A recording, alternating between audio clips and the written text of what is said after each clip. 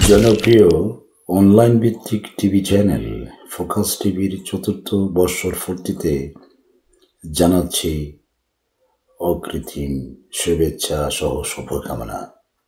Focus টিভির কর্ণধার আমাদের প্রিয় সাংবাদিক আমিনুল হক ওয়েসের পরিচালনায় ফোকাস টিভিটি চতুর্থ 4 বছরে পূর্ণতা লাভ করেছে। আগামীতেও ফোকাস টিভি তার স্বকীয়তা বজায় রেখে তার কার্যক্রম চালিয়ে যাবে। ফোকাস টিভির এই চতুর্থ বর্ষর পূর্তিতে এই শুভকামনা রইল।